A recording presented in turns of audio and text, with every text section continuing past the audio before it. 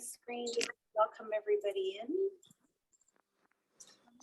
A big warm welcome to all of you. As I mentioned at the top of the meeting, we do have a large group with us tonight. We are expecting over 100 participants on the conversation this evening, so I'm excited that you guys are all here to join us. You are here this evening to learn about behavioral and psychiatric symptoms of dementia, and we are very excited to have Loralee Fox with us presenting on that this evening. We do want to acknowledge that we are meeting today on the shared and unceded traditional territory of the Cats, Yamu, Kwalin, Becklium, and other Coast Salish people, on which we are honored to work, play, and learn. Just a few small housekeeping items for you guys. I'm sure we've all been in Zoom meetings, so this is nothing new, I'm sure. But if you're comfortable, please turn your cameras on. We'd love to see your faces. It helps to build a sense of community and togetherness. We do ask that you mute yourself when you are not speaking. Change the slideshow. Okay. All righty. There we go. Mute yourself when you are not speaking, please. So that's the example. Sometimes we can hear background noises. So we just want to make sure that we are really able to hear what the speaker is saying. Please feel free to use the chat box though. It's a very casual conversation. So if you have questions, if you want to quickly ask Loralee something, or if you want to participate with a colleague, please feel free to use the chat box for that. We will be using some of the different functionalities of Zoom, so you'll see some polls, so it's quite interactive. We'll be using the whiteboard, so please get ready to enter in some comments. And at the very end, there will be an evaluation sent out as an online link. So at the very end, I'll post the online evaluation link into the chat for everybody to fill out. Or if you have to head out right at 8 o'clock, we'll send it for you after that. So with those small bits of housekeeping, I am very happy to hand this conversation over to Loralee. I'm making her the co-host right now. So over to you, Loralee. Thanks so much for being here. Oh, it's my pleasure. Thank you so much. I'm so excited to be here with you all. And I know, as April said, please, at any point in the presentation, I'm here for your pleasure. Maybe I hope it's a pleasure. So if you would please interrupt me at any point in time. I absolutely invite it and enjoy it. And how come? And of course, I'm going to apologize right off the beginning. There we go. Can you see my screen now? Everyone? Perfect. Because once I'm in presenter view here, I actually can't see the chat box. So I'm going to rely heavily on April to to tell me if there's any questions, to prompt me, and she's going to be helping us with that, the polls and the whiteboard. So without further ado, if I may, I'm going to start. So thank you very much. I'm really privileged to be here. I know, and I'm not sure if the person in the audience tonight who recommended me is online, but thank you very much, because it's always a pleasure to go out and meet like-minded folks. So we're going to spend the next bit of time together, and hopefully we'll all come away with some new learnings and insight. The learning objectives we're going to try and meet tonight are listing some key triggers for challenging behavior in persons living with dementia. We're going to talk about optimizing the use of non-pharmaceutical management options. I'm going to review the Alberta Health Service Least Restraint Policy across all settings. And what's interesting is this is available on our external webpage. So if you wanted to adopt part or any of it, it's there for your viewing. And also reflect on what might be getting in the way when we're actually working with persons living with dementia when it comes to behaviors.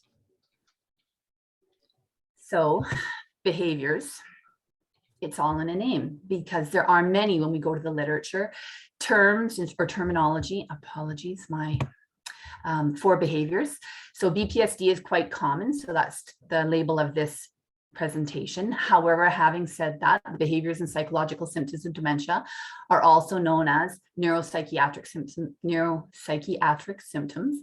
And in Alberta Health Services, a lot of our policies have renamed this and adopted responsive behavior. So we recognize that often behaviors are in response to something, either in the environment or in the care being received. So we've gone with that. So I am if you knew me, and hopefully you'll get to know me better, you'll learn that I'm very pedantic when it comes to language. And I'm also a very strong advocate for our persons with cognitive impairment. And I'm often really pushing bedside nursing to shift their language, especially that they're documenting, or to shift their impression of what could be being demonstrated. So for example, when someone comes to me and they said, we've got this really aggressive person, I said, oh, they're really assertive. They're very assertive. They're strong self-advocates. You know, that's the screamer. We get screamers. We have people that yell. No, they're strong self-advocates. They're really, for whatever they're trying to communicate, they're a very strong self-advocate in that communication. And then we hear, you know, I need you to come and see Loralee, a wanderer. There's someone with an elopement risk. I said, wow, they're really exercise seeking. They're trying to find something. So you'll hear me do that throughout the presentation. For example, you will probably hear me refer to, I hope, all the time as bedside nurses as opposed to frontline staff. In the context of COVID, I agree, frontline staff is what we are. However, normally frontline staff implies that we are going to war. And I don't like to think that I'm going to war to do battle with my patients or my residents or my clients. So you will hear me say that. So right off the bat, I'm going to get April to help me. So do persons living with dementia react the same way as those that are not cognitively impaired?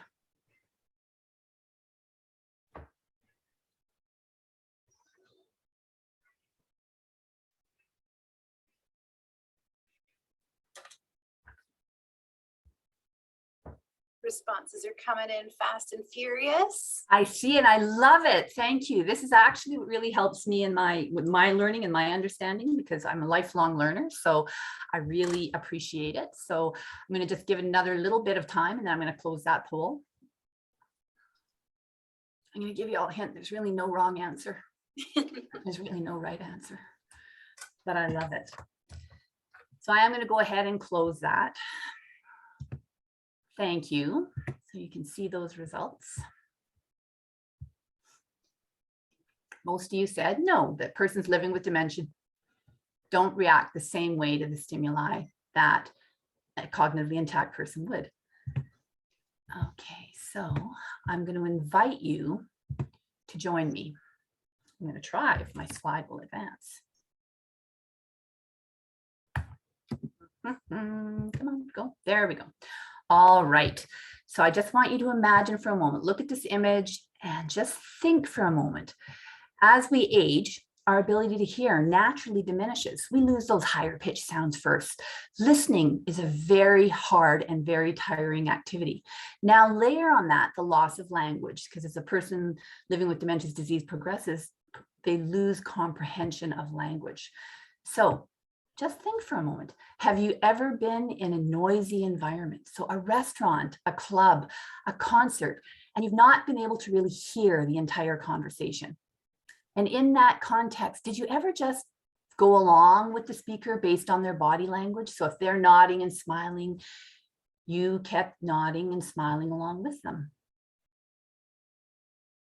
So what was going on in that situation? Oh, there's a lot of noise. You're there with friends and colleagues. Why didn't you want to speak up? Or maybe you had requested, could you repeat that? Or pardon me, once, maybe twice, perhaps even thrice, and still hadn't caught the entirety of the message. But that body language, you continue to play along. Why? Why do we do that? I've certainly done it. So why do we do that? Well, I can only speak for myself. I don't want to look stupid, or maybe I don't want to admit to anyone that I can't hear them when everyone else seems to be managing to hear just fine. So then I think about that for a moment and I think generalize. Now, if I transition and think about the person living with dementia, and they likely also have the normal aging changes of hearing loss and sometimes vision loss. And then the impact of that failing brain on their ability to understand those words that are being spoken. And then I layer on top of that, that as we age, our processing speed normally slows. So even when I'm intact, it takes me longer to catch up. Doesn't mean I'm not intelligent. I like to pride myself that I think I am. It just takes longer sometimes. And then I layer on that I've asked that question in an environment for a person living with dementia. Perhaps it's a little noisier. So it might be the dining area or the recreation area, and they nod or they agree. in the moment. So I've asked them, for example, Mary, can I take you to your room and give you a shower? And Mary nods and smiles because I'm leading her with my body language. She nods and smiles. And then when I lay hands on Mary, because I think she's given her consent, in the moment, she suddenly, well, she revokes that consent because she never really gave it, and she doesn't follow through. And then that ends up the loop closing, where I suddenly say she's either resistant or combative, depending on the response. And how do I react? So in these individuals, that often makes its way into the documentation that they're resistant or resistive, when Mary didn't understand in the moment at all what I might have been asking her. So one of the things that I often speak to is when we go to someone, often we're very paternalistic. We can, because we know what these people need. They have an impairment. We do not. We've got a care plan. No sometimes means status quo. So the other thing that happens is when we go and they say, nope, if I haven't understood what you're asking me or what you're trying to get me to do, what I do know in that moment with my impairment is that no means status quo. Where I am right now, at least I understand that moment in time. You might be offering me $1 million down the corner, around the corner, but I don't know that because I can't comprehend it. So I'll say no, because that's the other thing we often run into, is people that decline. So I want you to think for a moment about what could you do, and I haven't put this on so unless someone's, it is a whiteboard question, sorry. What is one thing you can do to improve communication when you're speaking with a person living with dementia? I'm going to rely heavily on April now to help us out with that whiteboard. Yep. On the bottom of your, because you're screen sharing, so we can't screen share at the exact same time. So I'm going to go ahead and I'm going to screen share on my side of things so we can do the whiteboard. Stop sharing for you. Oh, I got it. Just wanted to give you the heads up before things change on your side. Yep. So what members of the audience, if you haven't done a whiteboard before on your computer, you should be able to see a little pencil or say whiteboarding. You can see it here on mine as well. If you're on a phone, there's also a little pencil icon, and you can just start free texting right inside the whiteboard. So Loralee, what was your question? And I can type it in. Yep. What is one thing any of us so you can do to improve communication when you're speaking to a person that you know is living with dementia? Perfect.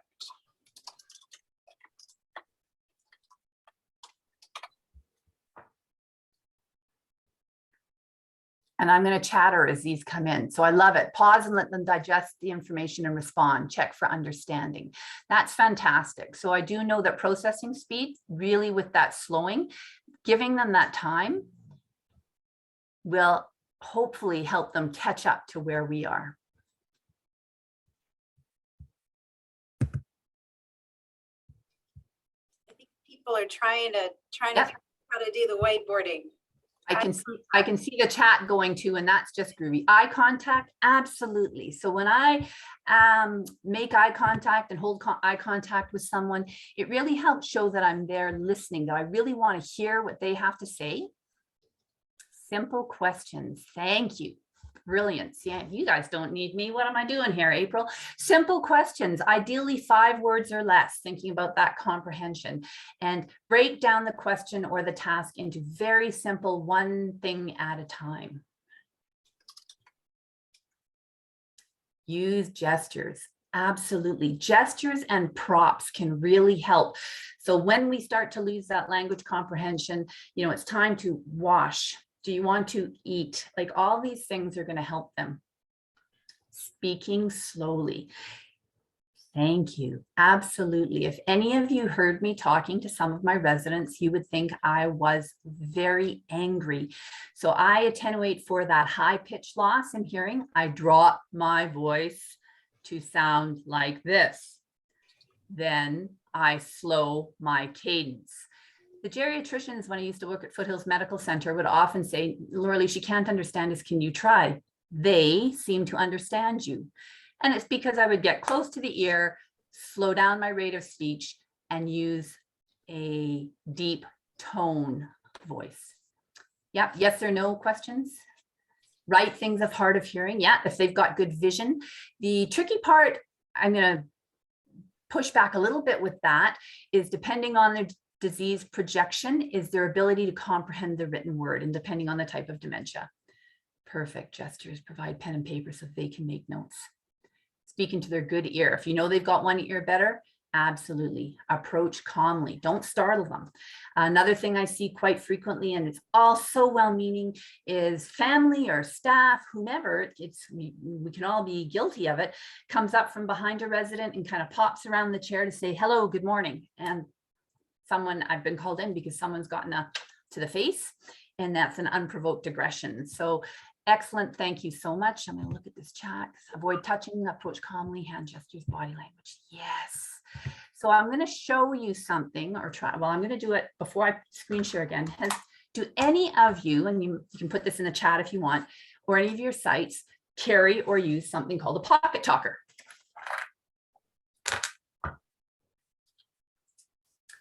So this is one, oh, you know what? I've got to unblur myself, sorry.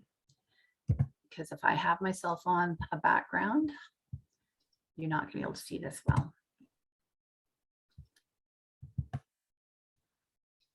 And I can't unblur. Why can't it? Why is it not letting me unblur? Just for a moment, I'm going to take away my blur. There we go. It's not letting me. I apologize. Okay, so I'm going to try and get it in the camera. So this is one example of a pocket talker. This is another example of a pocket talker. Sorry, because of the blur, it's making it hard. Actually, if I do it here, that's better.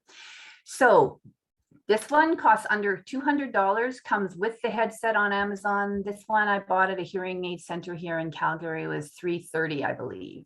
Much more reasonable than expensive hearing aids when family have taken them home, or the person I've had residents eat them, crush them, throw them away, put them in their ears, put them up their noses. Hearing aids, depending on the size, can be really interesting things. This little device can actually significantly improve communication, which can then result in a diminished reactivity or responsive behavior. I've got many residents, families who buy them now. I love them. I carry, as you can see, I've got two. So I've always got a backup in case I've went out to one of my case managers to let family see. So let's go back to PowerPoint. Okay. So now here's an image of that pocket talker, and this is a medical resident who's actually using it to speak with a resident. Loralee, there was a question in the chat. If you could maybe Yes. say, what does a pocket talker do? What does it do? I'm sorry. See, I show you this device and I assume that you all know what it's doing. So the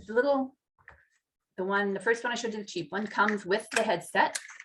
You pop the headset on the resident or your patient. This is a little mic, and you can speak, and I'm not exaggerating. If I turn up the volume and I was speaking at the volume I'm speaking to talk to you all, it would be so loud I wouldn't be able to keep this headset on my head. I have been able to speak to residents that are so hard of hearing, they can't hear you enter the room. There's a constant startle reflex, and I've been able to lower my voice and speak at this volume, and they hear me and understand me, depending on the model. So this is the Beetle. This is the Porsche.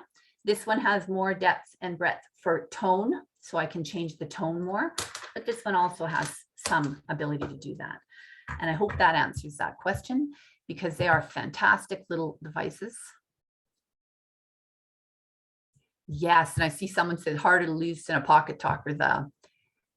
It's surprisingly, though, be careful, because our residents lovingly, depending on what they are and who they are, many stations, many staff keep these at the nursing station as opposed to in the residence room, because if they don't recognize something, or bless them, if another resident wanders into the room and sees something, it becomes theirs, and possession is 9/10 of the law, because if it looks like anything familiar to them, it's going to walk away.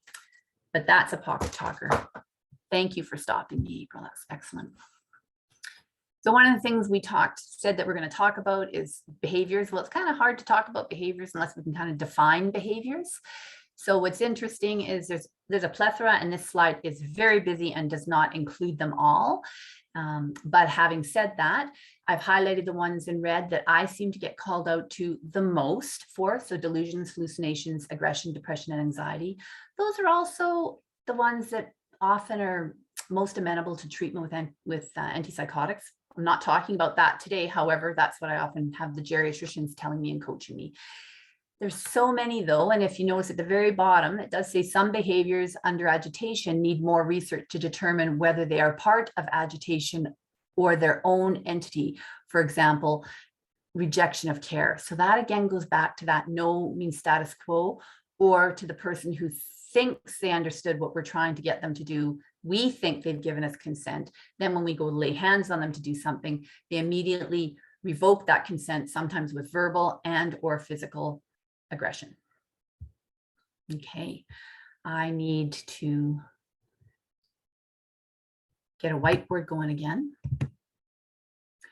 So list key triggers for challenging behaviors is one of our objectives. So what do you all think, and I'd love to hear some of the key triggers are for persons living with dementia?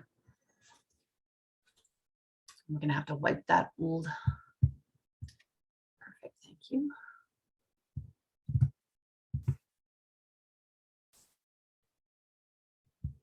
Pain, change in environment, hunger, noise level, the need to void, to evacuate their bladder, absolutely. Sleep, insomnia, constipation, new faces, frustration. I love it. They're coming in. This is perfect. Infection can be, absolutely.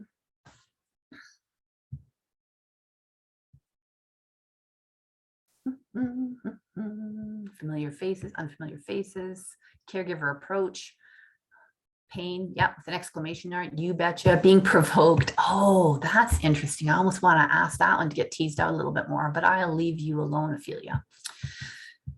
Time of day can certainly have an impact, as it can with me. If I'm more tired, I'm going to be just a little less resilient at the end of my workday, and that's how you guys are getting me, because it is a little later here in Alberta than it is in BC. Perfect. All right. Thank you, Miss. Come on. It's not letting me go back and share, but here it goes. All right. So many of you are right bang on. So if we look at Maslow's hierarchy of needs, and we look at the very bottom, the physiologic needs, for example, all the way up through the self-actualization, any and all of these might be part of the mosaic that's causing responsive behaviors in our persons living with dementia. I'm going to point out at the very bottom is this physiological needs. So air, water. So if we're thirsty, food, if we're hungry, if we're shelter, if we're frightened and we're seeking home. So we're exit seeking to get to somewhere we feel safe.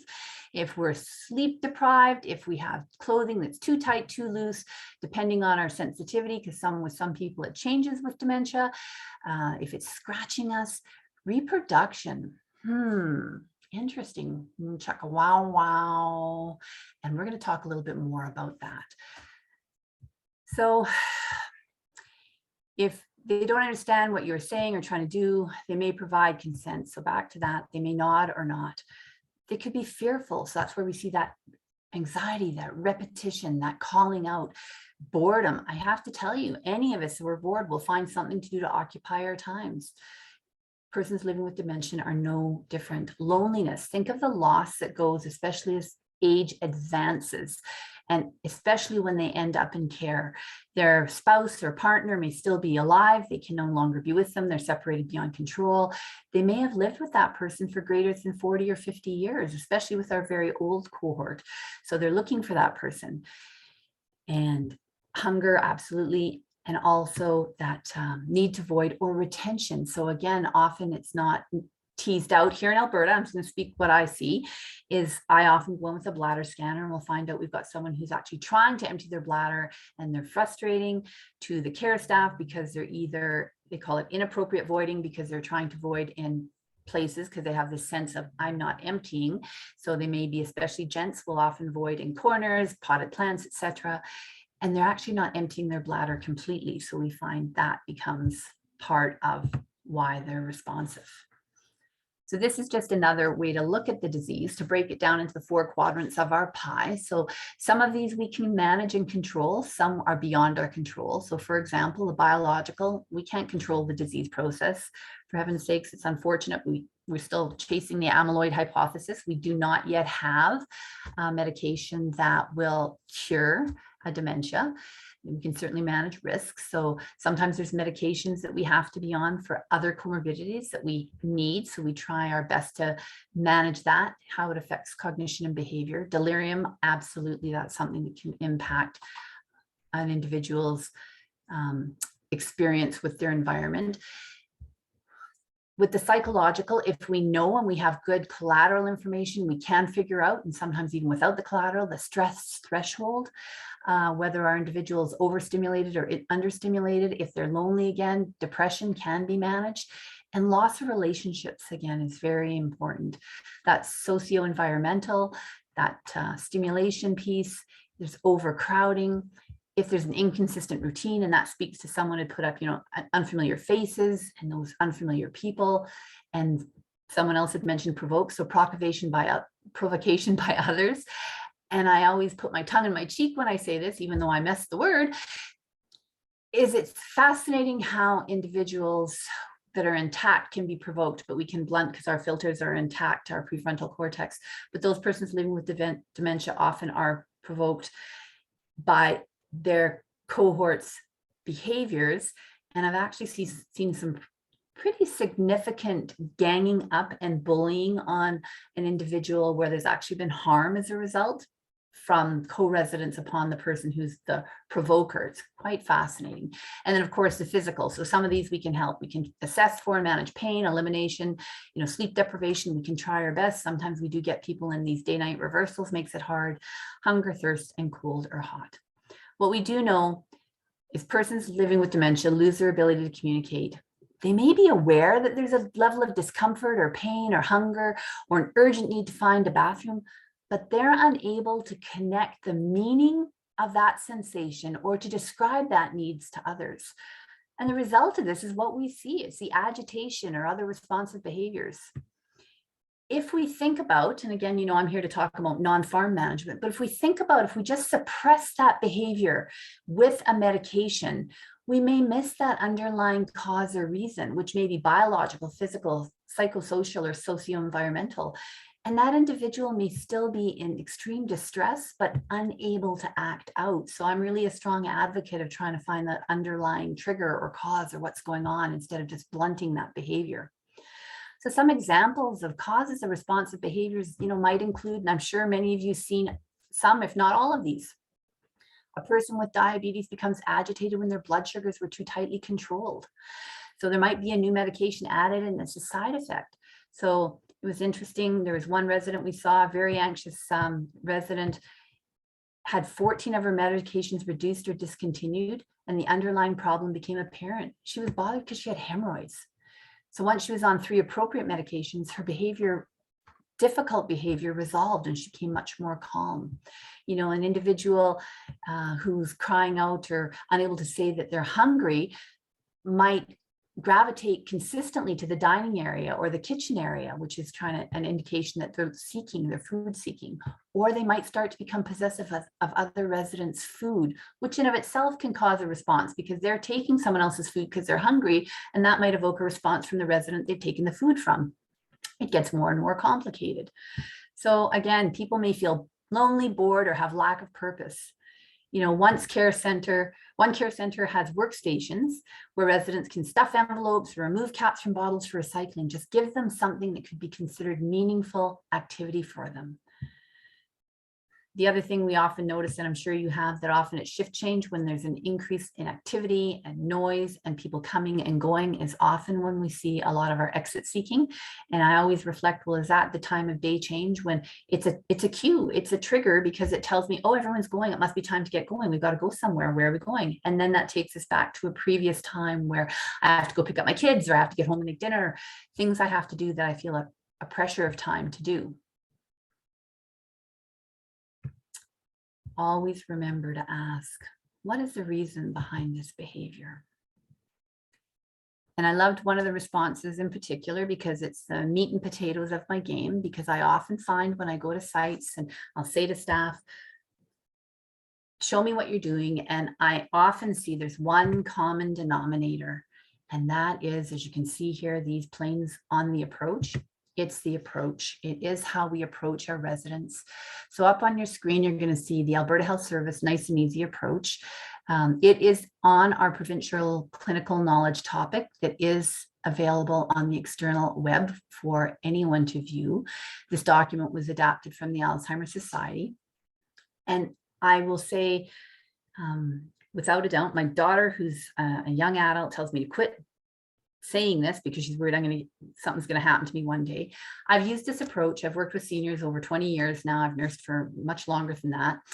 And using this approach, and I've gone into rooms, for example, where they're using 2 security and 4 staff to physically manage a person living with dementia to provide care. And this isn't about bragging, it is about the approach. The approach, I believe so strongly in it. I've gone into care using this approach alone with these types of individuals, and not once, not touch wood or some better wood, not once in my career of over 35 years have I lost a minute a day to sick time or injury. I have not been injured. And some of that is just using a consistent approach that is respectful. I have physicians say to me all the time here, but Loralee, what you're describing is just, good patient-centered care and a respectful approach. And I'm like, it is. But we get caught up in the busyness, and we are really trying to attend to our own tasks. And sometimes we overlook what we are communicating to individuals who have a cognitive impairment.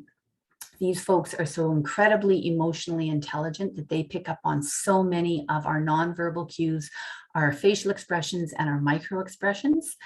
And we carry with us into the room with them the baggage from everywhere else we've been that day or that week.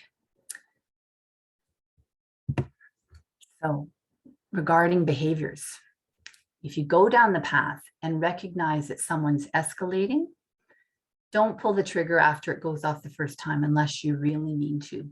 And what I mean by that is often the best thing to do is to stop, to come back, to try again, to respect their no in the moment and give it another go. Sometimes that means another person giving another go. We all have bad days, so do persons living with dementia. But I can almost guarantee that the more you insist, the more they're going to resist. And that's that pulling the trigger after it goes off the first time. So if they've already given you a bit of a response, and often we're so busy we miss them, because it might be as subtle as turning away, crossing my arms and leaning back, trying to somehow physically distance, if I were the person living with dementia, myself from the person approaching me or asking me the question. And then as the caregiver continues with their agenda, because I don't know, I'm pretty old. I don't know if any of you remember Palm Pilots. I always like to say that I write down on my Palm Pilots all of my tasks that I have to get done in a day, in a shift, and there's a lot. But I know what these are. I need to put them away, because if they come between me and my resident, I can no longer see the resident and they can no longer see me, and I've effectively obliterated any chance for good communication. Back to that eye contact that someone had mentioned earlier. It's about authenticity. So that Newton's law, for every action, and there's an equal and opposite reaction, the more we push them, they will push back. Unfortunately, we go home and they get the label of being aggressive. And with that comes its own risks. Having said that, I always like to lead to reflecting on and recognizing personal team attitudes, values, and beliefs, and how these might impact care delivery. So One of the things, my mantra is the hardest thing to do is get out of our own way. And it is quite difficult because we're all unique as our persons living with dementia. We all have our own backstories. We all have different upbringings. We need to recognize when our values and beliefs may be impacting the care a person living with dementia receives. We need to learn to get out of our own way to best deliver care to those under our care and those we care for. It's interesting because depending on where I go, some people, and depending on the type of dementia the person has. So for example, frontotemporal dementia, often memories preserved earlier on. So these individuals, because their prefrontal cortex is impacted, are disinhibited and say and do things, and they can't stop themselves. Some of them after the fact may actually apologize. And that creates this huge tension for staff because they get caught up in this belief that they know what they're doing, Loralee. They should know better. And it's trying to tease out, they may even know what they're doing, but that broken brain, that filter lets things through that historically they never would have said out loud.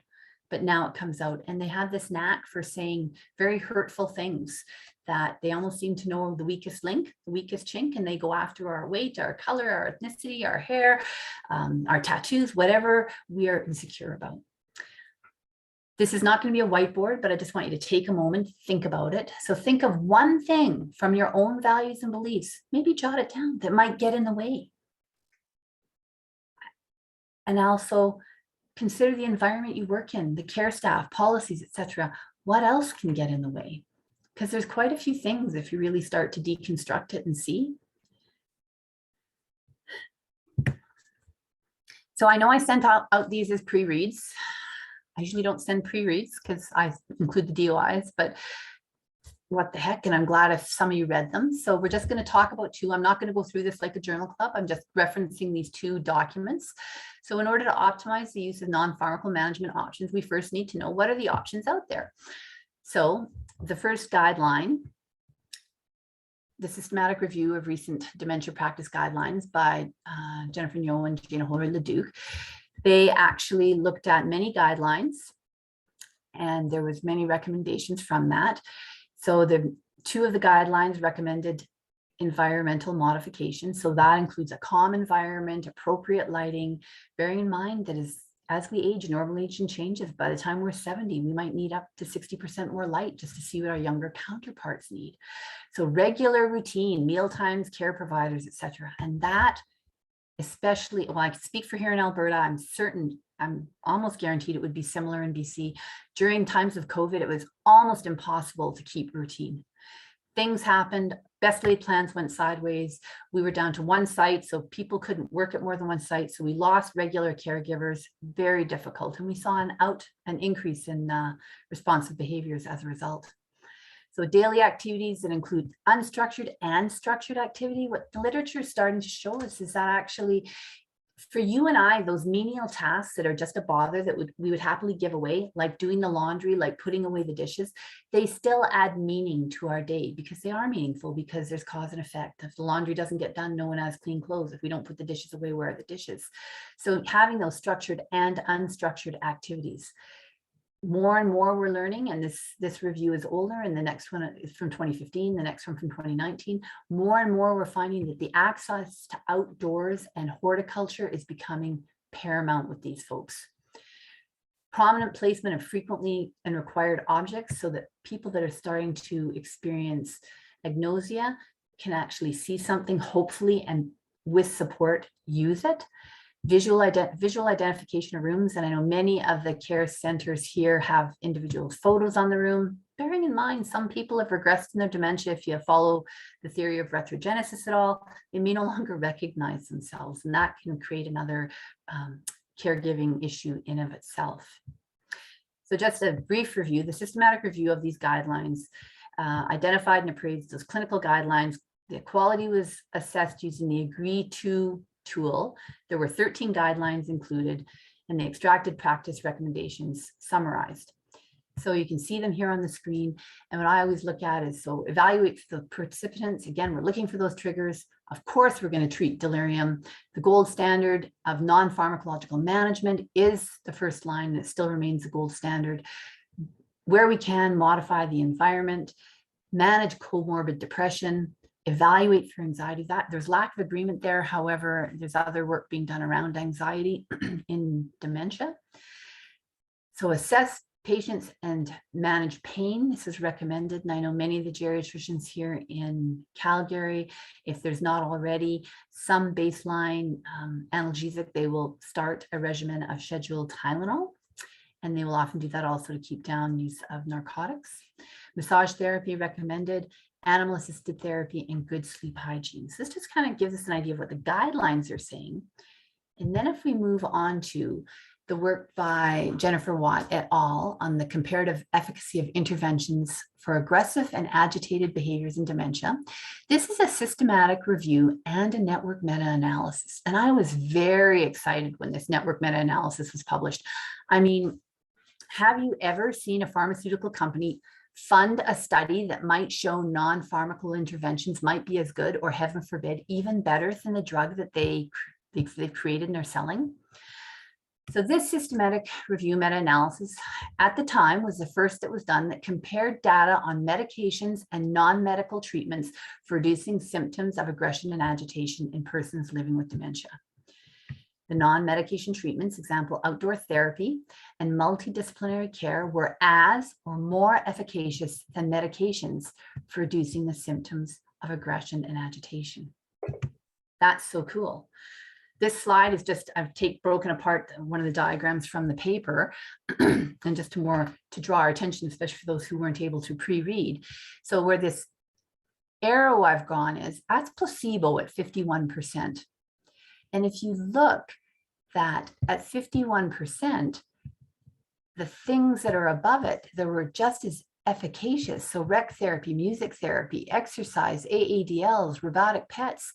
And then if we actually look at our antidepressants, antipsychotics, typical or atypical antipsychotics, and typical antipsychotics, there were so many things that were just as efficacious or more so. Outdoor activities being the first and foremost, music and massage, cognitive stimulation, massage and touch, ADL modification, multidisciplinary teams, so optimizing and mobilizing our team members to really create a unique individualized plan of care for these individuals, robotic pets, and again, reminiscent and rec therapy. It just fascinates me that this is here, and I can look at it where they're actually done head-to-heads through that network meta-analysis to show that these are just as efficacious, if not more so, than some of the drugs. Supports what I've been trying to say for a long time. So I mentioned it, I alluded to it earlier. And I'm going to spend just a little bit of time talking about sex and how it relates to behavior. So I don't know if April shared with any of you, I'll share it. I'm right in the middle of taking a sexual health course at the University of Alberta. The reason being is I moved out from community care into community care about 2 years ago. I've worked in all streams of care. So I've worked as a clinical nurse specialist in home care with the dementia care team, in acute care with specialized geriatrics here in Calgary, and now in long-term care and supported living.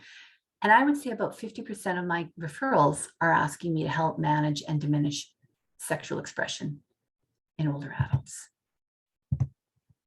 One friend. There we go. So, sex and behaviors. Is this on the rise? I would ask you. Well, anecdotally, I'm going to say, yeah. Again, this isn't a whiteboard question. What are your personal values and beliefs about older adults and sex? This is really important because when I talk to care and bedside staff, I find out there's a wide breadth of acceptance or non-acceptance of someone expressing themselves sexually in care. We live in a very ageist society. Roach shared with us that older adults want and need the ability to engage in sexual expression. The pleasure that comes from the sensations experienced from sexual gratification are possible when other sources of pleasure are diminishing. And if we think about that, With normal aging changes, the taste of food changes. It's not as enjoyable.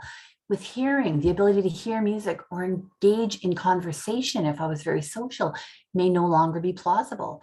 Other sources of pleasure, like painting, I can no longer do. So all these things, sex is still left to me. And again, getting out of our own way is one of the hardest things to do. We all have our own values and beliefs.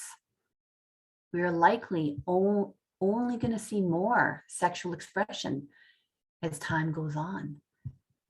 Tang reminded us that older adults living with disability, whether it's physical or cognitive, may actually need more physical contact than their younger counterparts.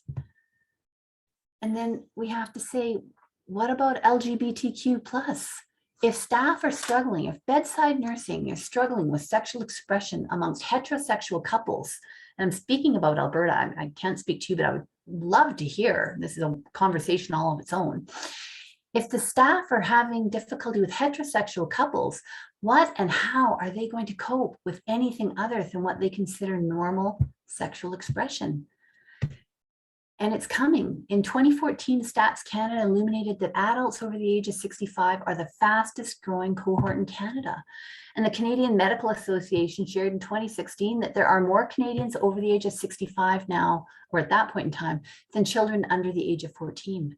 Those are the caregivers going to be caring for me when I'm in care. It's really important that they have some awareness of what sex looks like in older adults.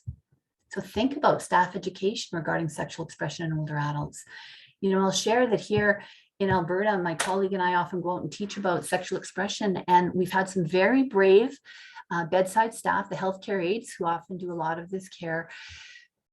One individual comes to mind so profoundly, a male person from another culture, I'm not going to leave the culture out of it, but said, Loralee, you have to appreciate where I'm from, this is wrong. We don't talk about these things. It's very private.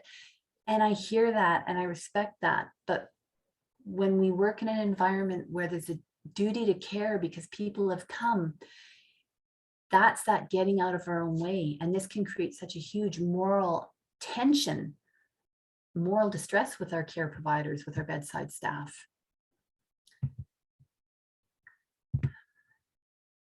So how do we build a bridge? How are we gonna manage this, thinking about what's coming forward? One way is education, of course, and a lot of the literature shows that education is important. So aging does not mean asexual, and disability does not mean disinterest. So here's that quote I mentioned by Roach earlier about as the other senses diminish. Stein reminds us that although it may be difficult for parents or guardians and providers, persons living with intellectual and developmental disabilities have the right to sexual expression. Stein provided suggestions about how capacity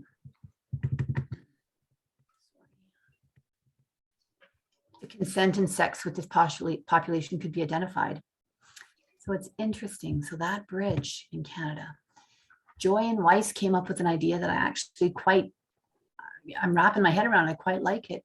They proposed a sexual advance directive. So in the instance that I'm diagnosed with a cognitive disorder that is progressive in nature, and we know, for example, with Alzheimer's, we know that over time with that disease progression, I am going to lose the ability to make decisions for myself, and those decisions will ultimately be made by a substitute decision maker. Sometimes that might be a partner. It often falls to adult children. This can be very difficult. Many people I talk to don't like to think about their parents having sex. My colleague will actually say, well, my parents don't have sex, but I know they had sex 3 times because I've got me and 2 sisters. So it is having that, thinking about policies. And then how are we going to navigate moving forward? I like to think that moving forward, we start to, in our care centers, part of the admission package is talking about sexuality, and that we provide holistic care, and that sexual expression is going to be respected in the environment. Again, getting out of our own way is the hardest thing to do. So when working with cognitively impaired individuals, we really need to use introspection to determine our own values and beliefs, and make sure that those are not being imposed upon our clients. Some of the literature actually does show that, for example, when site administrators have very strong values and beliefs, that dictates how sexuality is responded to in our facilities. There's a comment in the chat. I'm not sure, maybe if you want to speak or expand on it for a moment here in your experience. The comment is, even if staff have become more accepting and understanding, the families of the residents are against it. I'll let you Yep, start. no, I opened the chat, I just thought, thank you, bang on. So sometimes, and what I see here, and that's why I'm taking that course. And what I'm learning and continue to learn, and I'm going to start integrating into my education, is we live in an ageist society.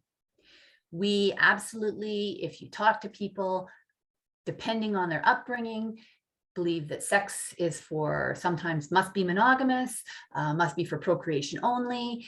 And here we're going back to the families. That's often, it can be a partner. So if we've got a partner and it's hurting their, their loved one with dementias in care, they're separated beyond control. They've kept that loved one at home as long as they can. And now their loved one is, for lack of a better word, attaching themselves to another person in care. Their loved one is still looking for that intimacy that they've lost. Because if you have a couple, I can think of one gentleman, and he went into care, and he and his wife had been very sexually active multiple times a week, and they'd been married for over 50 years. And he went into care, and the expectation was that he couldn't even masturbate. So you're right, when I talk to substitute decision makers that are children, in particular, adult children, that's why I brought up that my colleague says, I know my parents have only had sex 3 times. For a moment, pause. And again, I'm not going to ask anyone, but if you're brave and want to contribute, please do. How many of you on the line are comfortable, if your parents are still alive, or were comfortable when they were, talking about how often your mother and father had sex? Did your mother and father have any fetishes? Did they use any sex toys? Did they, depending on their age, did they swing? Did they use any enhancements? Did they have any what would be considered alternative sexual proclivities? Most children don't know these answers because they never had the conversation, because we were brought up in, historically, and this includes my cohort, an area where it was very puritanical. Monogamy, where the baby boomers are coming. So I quoted the information earlier. Baby boomers, many of them lived through and were part of, the sexual revolution. They were sexually open and active before AIDS came, so they didn't have to worry as much about safer sex or safe sex.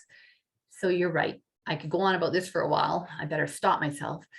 It often can be the families. And that's where I'm going to loop back to, if we start thinking proactively. So if I, as a site, if I'm wherever fortunate enough to own a site in a beautiful, perfect world, part of the admission package would be holistic care. And it would be right there, loud and proud. Part of holistic care is sexual expression and how we're going to support that in our residents. That allows for that conversation and that tension to happen before the activity has even occurred. And that would help, I hope it would help, cut down on some of the knee jerks. So for example, been involved in cases where a male and a female, both cognitively impaired, have been found together in a compromising position, we'll call it. And this can be anything from hand-holding to fondling to penetrative sex. And then one substitute decision maker, and my experience is just anecdotal, has usually been the female's substitute decision maker, actually phones the police and tries to press charges because they view the male as a perpetrator, as a predator, as a villain. They vilify, they pathologize this behavior. So you're right.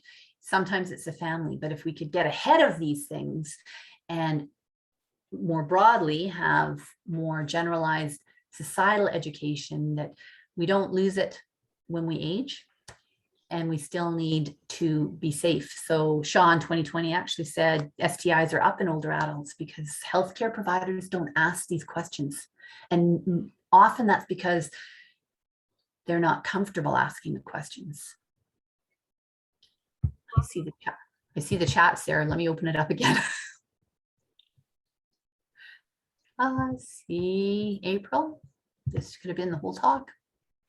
Yes, 23 also didn't exist. Exactly. There's so many things. It's such a mosaic. How do you counsel patients to balance their sexual advance directive with potential infection risk as new risks are identified over time? Would ST treatment also be part of the sexual advance directive? Decision about treating. So I'll tell you, one of the things I'll share with you. Yes, the answer I think would be yes.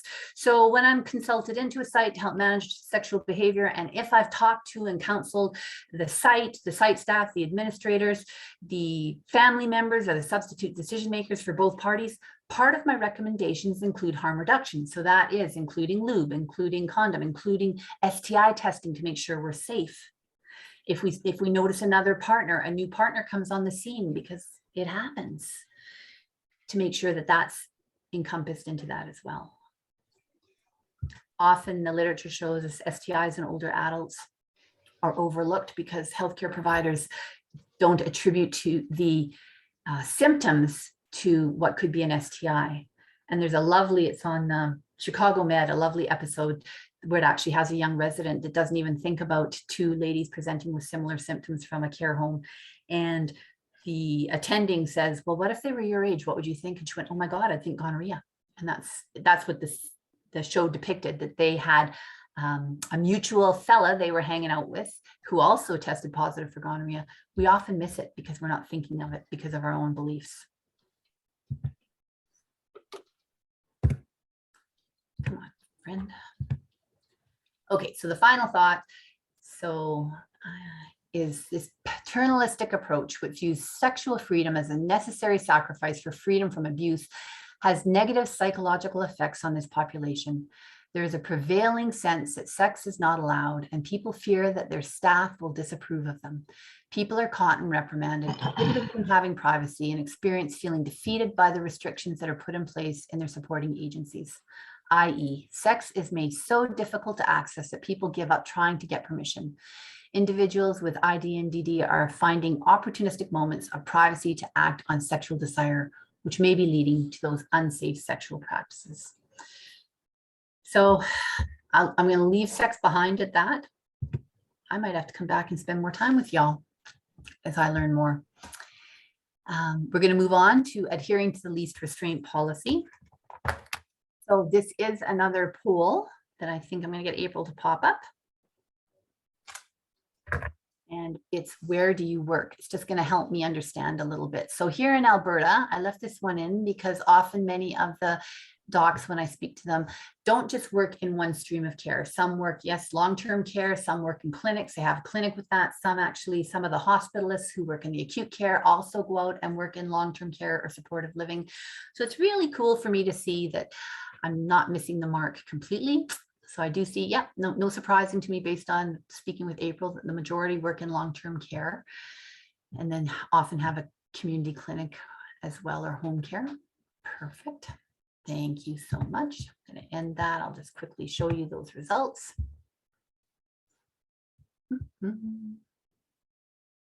Perfect. Thank you for participating. And then what do you think the most common restraints are used in? So the home setting, when I worked in home care, we would see people using a lot of environmental restraints. So baby gates, locked doors, childproof aids, etc.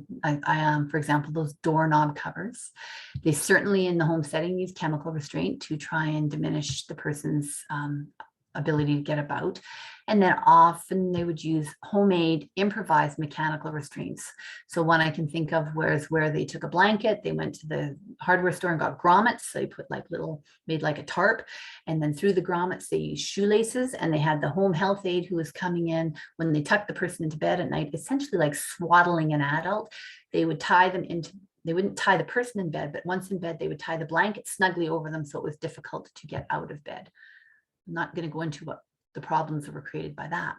In acute care, we certainly see environmental. Some units have Dutch doors or half doors. I caution the use of the colloquial saying of barn doors. Again, these aren't animals and it often gets used. As I said, I'm pedantic with language. The person behind the door is not animalistic in nature.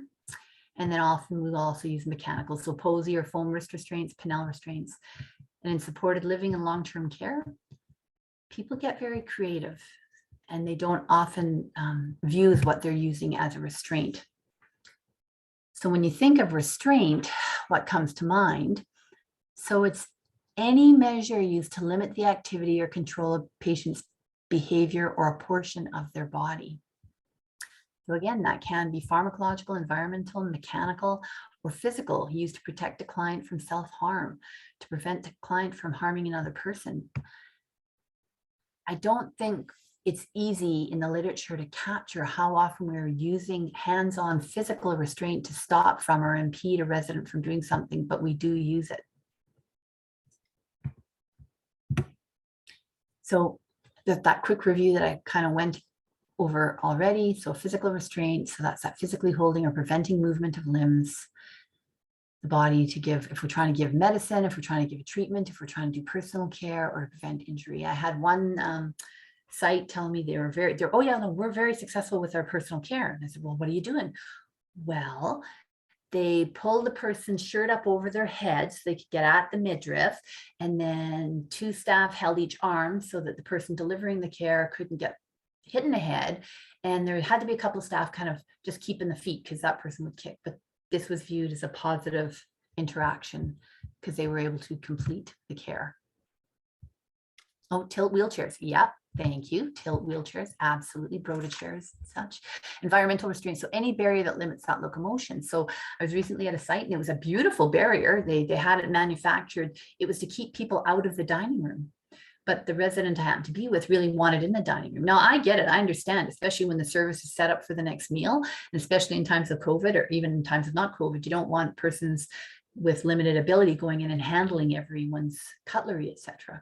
But that particular resident was quite frustrated because they needed, pardon me, in the dining room, or so they thought. Of course, pharmacological restraints, use of any medicine to control behaviors, actions, or restrict freedom of movement. I've even seen sites using Gravol to help people sleep because they want them to sleep through the night. And for most of us, we know that Gravol is a pretty dirty drug for older adults. And then, of course, mechanical restraint, any device which can't be controlled or easily removed. So that's that tilt wheelchair. That's an over chair, like a jerry chair with a tray table. Anything that I can't remove easily to release myself. So even a seat belt on my wheelchair can become a restraint, or is considered a restraint. I better pick it up. So I'm going to do this poll hopefully quickly. What are common reasons restraints are implemented? And I know my friendly neighborhood April is going to hopefully take over this for me. Thank you. So if you could just weigh in on that. Are you guys able to see it? It doesn't look. Oh, I see confusion popped up there. It just went from 0 to 40. There's a lot of options. So there, I guess we have to give them a minute to read. That's fair. Yep. There are a few options for sure.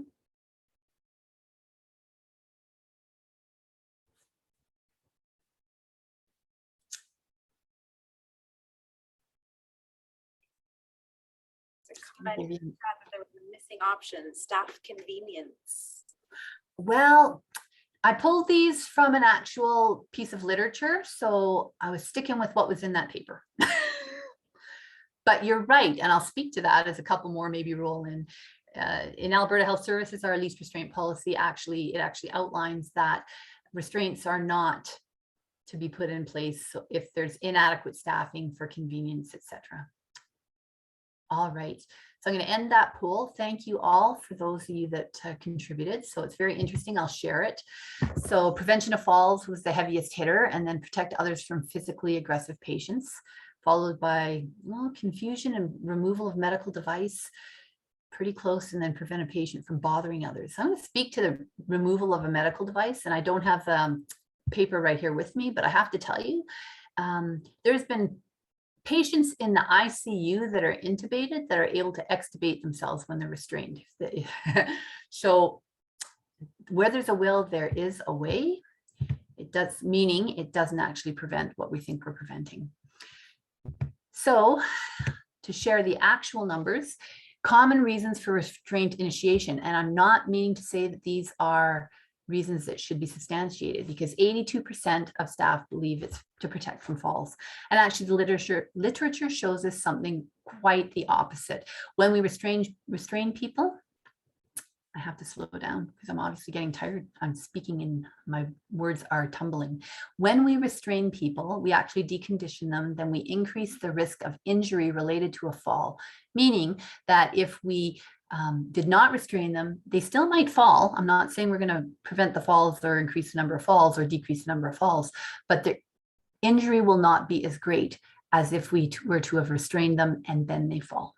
So, and also maintain those therapeutic devices. Again, I don't have the paper right with me, but it did say that protect from combativeness. This is what I see in our facilities. There's this real duty to protect everyone from harm, either self or otherwise, confusion, wandering. I often hear that as it's convenient for the nurses because of the elopement risk. To prevent bothering from others, absolutely, I see that as well. And to encourage risk. And this is where it really gets fascinating, because when you have someone that's just pacing and pacing and pacing, staff, the bedside staff are really concerned that we don't want them, because they're getting so fatigued, to fall. So they want to encourage that rest and protect from falls all at the same time.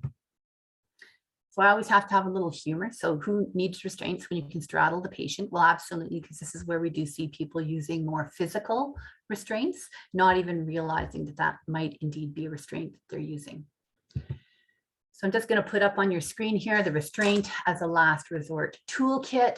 So again, this is all available on the extranet, so you can all get at it if you want to look at part or all of it. It does have for prescribers, practitioners, about how to reduce prescribing. So it does say again here in this policy that restraint should not be used as convenience.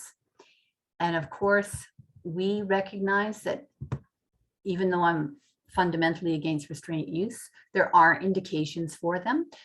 Those are emergencies. Restraint can be used when all other strategies have been deemed ineffective or inappropriate. So in all patient encounters, care teams shall work with patients and or the alternate decision makers to make restraint use the last resort. And this is interesting because often it's my cohort, the nurses, that are calling the docs asking for the restraints. So that's where the geriatricians, when I worked in acute care in particular, would say, Loralee, you need to go and talk to the staff, because they might accept the message a little easier from a colleague. So a nurse to nurse. I'm going to tell you right now, we don't. And I've worked historically in burns and plastics, and before I worked with older adults, absolutely in the middle of the night would call and ask for physical and chemical restraints from individuals before I knew the literature. So indications for that restraint use: if there's an immediate threat, so physical assault, self-harm to the safety of the patient, healthcare provider, or others, an immediate action is necessary to prevent serious bodily harm to the patient or to another person. And I'm going to add in here, a possibility is not a certainty. Because often I hear, well, what if he does this, or what if she does this, or they might do this? Well, that's a possibility, not a certainty. So that's where it talks about the immediate threat. We actually have to see that. For sure, we're going to have to use restraints if emergency treatments or procedures must be provided, including but not limited to resuscitation, emergency assessment, and transport. And if a treatment regimen or care plan must be followed because the patient is unable to cooperate in the care setting. So for example, ICU care or severe cognitive impairment. And if the patient's behavior is severely disruptive and or interferes with the provision of care to other patients. And that's often what I see in facility living. That's that kind of one that we're moving towards. Or if it's a necessary part of the patient's treatment plan for patient safety. Now, I will share, there are some individuals here that absolutely can't be integrated into populations without some form of chemical restraint. So I have seen it, but we've ensured we go right back to, we have exhausted every other type of non-pharm and worked really fastidiously with the site to make sure that that's being done before we actually just embrace the ongoing use of restraints. So the approach to restraint, what's yours? So I'm going to advocate that it's similar to medication use in older adults. We start low and go slow, the least restraint possible. So environmental first, before, physical, environmental, chemical being the last. We should do this with all restraint use and have a plan to reassess and remove. So if a nurse calls you in the middle of the night, if you're on call and is, things are so disruptive, they're asking for restraint, for sure, but maybe put in a one-time order as opposed to a blanket order or a PRN. And don't forget that the overzealous risk management, so again, that possibility is not a certainty, so risk management. Overzealous risk management may protect the physical body from bruising, but it may also damage irreparably the already vulnerable human soul.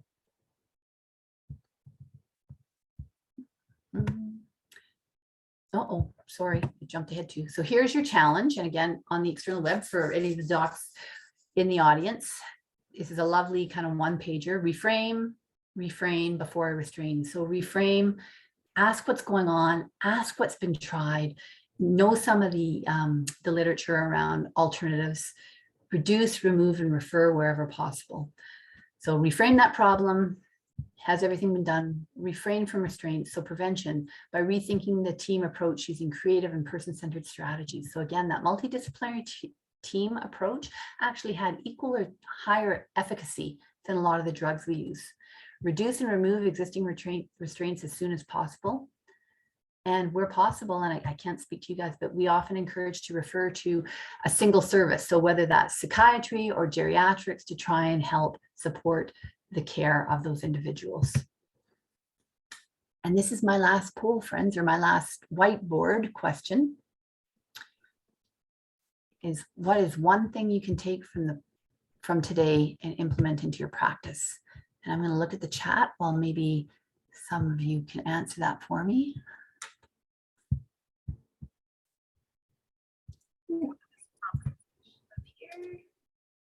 One thing that maybe is new, you learned that's new, or you might be able to use. Nice and easy, thank you.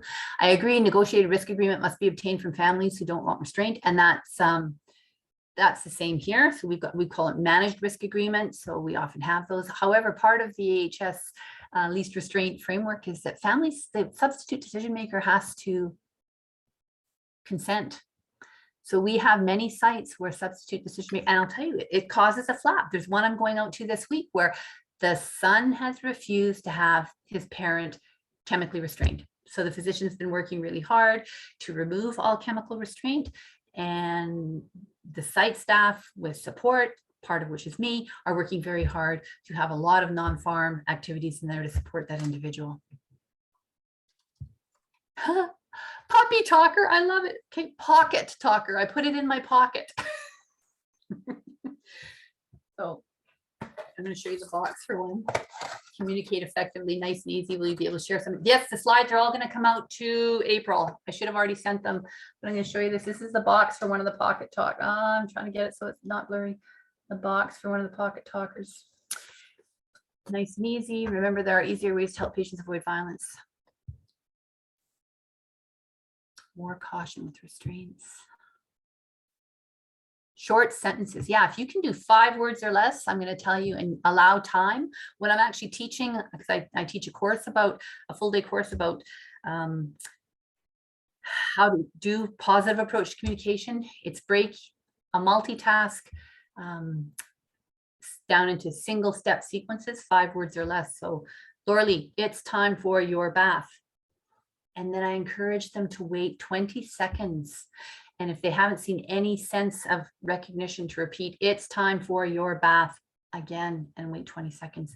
And I appreciate that this is very hard in care, that time is a commodity we need more of and wish we had more of.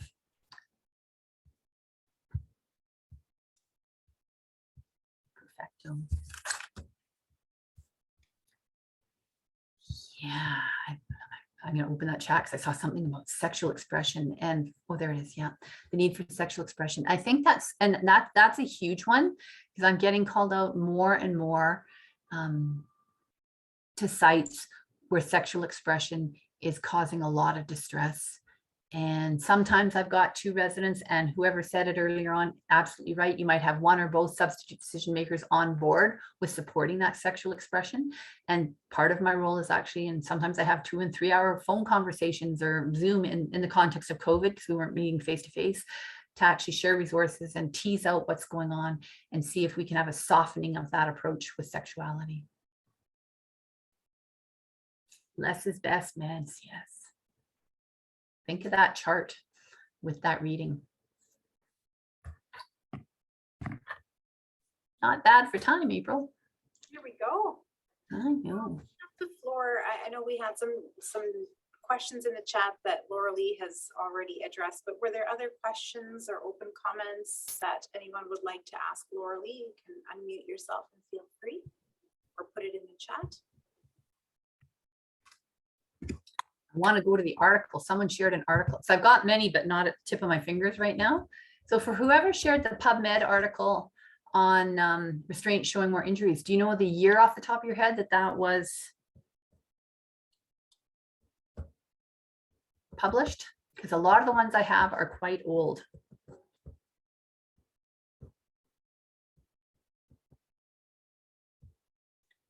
I don't know if you were talking, Robin, because you were on mute. I just saw some movement there. So that, you mean that article that I posted? Yeah. Do you know the year, Robin? Let me just find it here. Oh, if you don't know off the top of your head, that's okay. No, I do know a lot of the literature is quite old around that I have. But nevertheless, I always used to love hearing that 2003. Oh, that's a newer one. I'm going to go fetch it. Thank you. This is why I love this. So many people with great minds that we all come away hopefully learning something, which is great.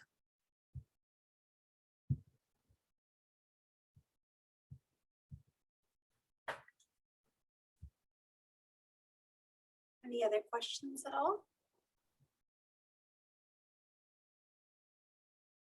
Alrighty, well, I think in that case then what I'll do before I say thank you and we sign off for the evening, I'm going to put the evaluation link into the chat box. You guys have a couple of minutes, there's just a few questions there. So if you can fill out the evaluation, then that would be awesome. And then as you're doing that, if you wanted to ask, if you think of some questions that you want to ask, Loralee will stay on the line for a few more minutes just to give you guys some time to think of anything. Once you're done the survey, then you are certainly free to go. And while we're waiting, I do want to give Loralee a very warm thanks for sharing your knowledge with us, tackling some tough conversations, and really just opening up some of these great ideas for our physicians who are caring for these very vulnerable patients. Thanks so much. My pleasure. I see a hand up. Imelda, did you have something? Clapping.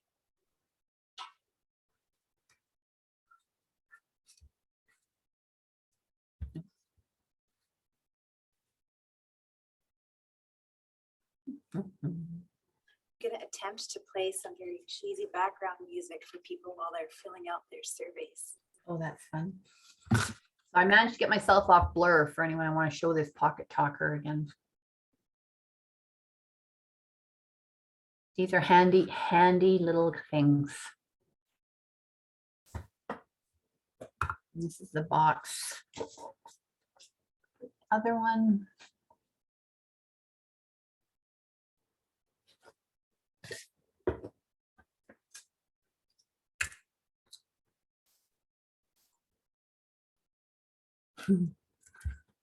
Thank you, Imelda.